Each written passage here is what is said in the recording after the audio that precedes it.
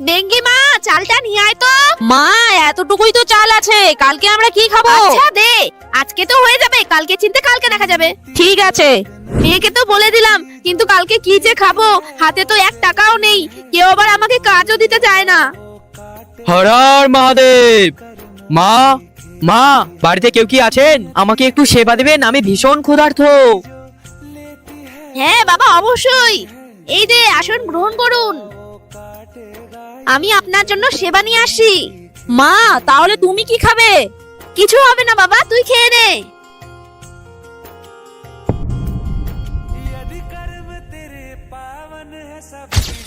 মা, এবার আমি আসলাম। হর হর মহাদেব।